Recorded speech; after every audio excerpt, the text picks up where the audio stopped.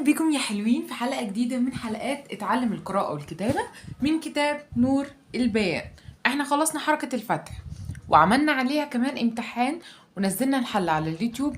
اللي عايز لسه يمتحن الامتحان ما تنساش تعمل لايك وشير وكومنت وتشترك في القناه عشان يوصلك كل جديد، وهتلاقي الامتحان هحطه لكم في الديسكريبشن.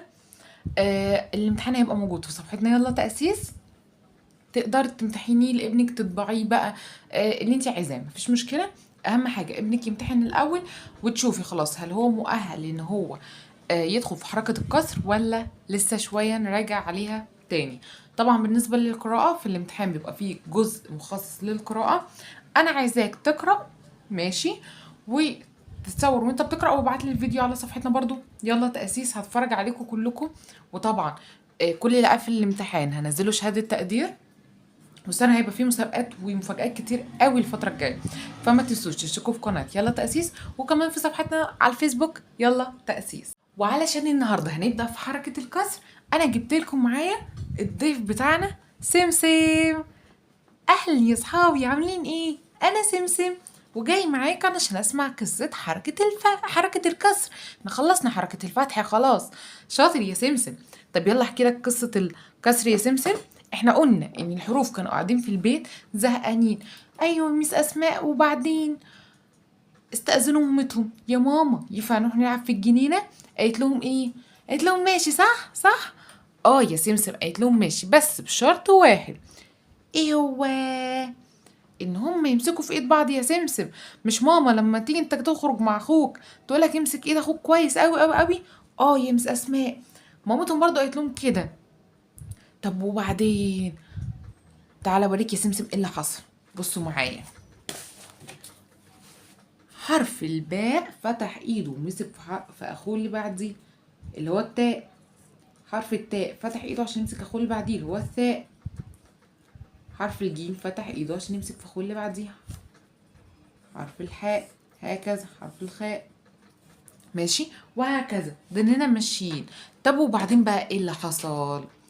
الحروف وهي بتلعب حرف الالف راحت زحلقت الطاقيه بتاعته اتزحلقت. بصوا مش الهمزه بتاعت الالف اللي هي الطاقيه بتاعته كانت فوق، لا دي اتزحلقت وبقت تحت. رجله اتكسرت يا عيني بقى لما اتزحلق. قعد يقول ايه؟ قعد يقول ايه وهو بيعيط بقى عمال يقول ايه؟ ايه ماشي. فبقت حركة بقى الكسر مع حرف الألف بقى بتقول ايه؟ اي.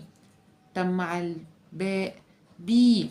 طب يلا تي ثي جي حي خي دي زي ري زي سي شي صي ضي طي ذي عي غي قي كي لي مي ني هي وي يي ماشي. طب تعالوا نشوف هنا. دي همزة على نبرة يا مس أسماء بس تحتها كسرة. إي بي تي ثي جي حي خي دي ذي ري زي سي شي. طب هنا. طب بصوا بقى تعالوا نعمل مقارنة بين الفتح والكسر.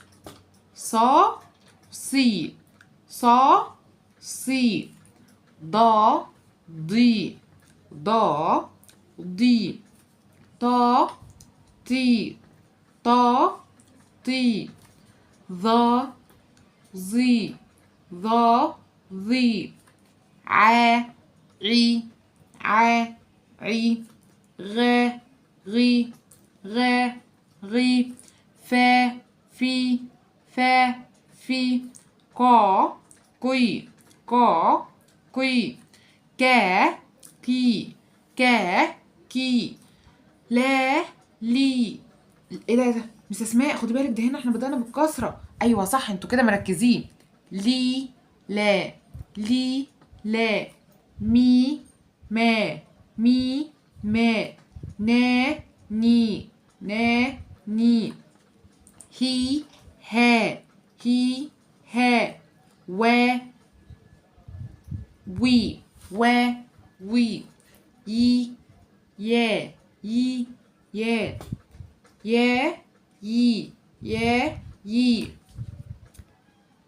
تي با تي با نا بي نا بي غي ع غي ع ضا طي ضا طي با طي با طي تي ما تي ما سي را سي را ري قي ري قي كي لا كي لا شي غي شي غي خي يا خي يا ها ضي ها ضي ضا حا ضا حا حي دي حي دي في تا في تا ها ثي ها ثي. بس كده، ده عندكم واجب وقراءة كتير نتدرب عليها علشان المرة الجاية نقرأ كلمات على حركة الايه، على حركة الكسر. وطبعا ما تنسوش تكتبوا لي الحروف من الاي لغاية اليي، يعني الحروف كلها بحركة الكسر. لو عجبك الفيديو ما تنساش تعمل لايك وشير وكومنت عشان يوصلك كل جديد. باي باي.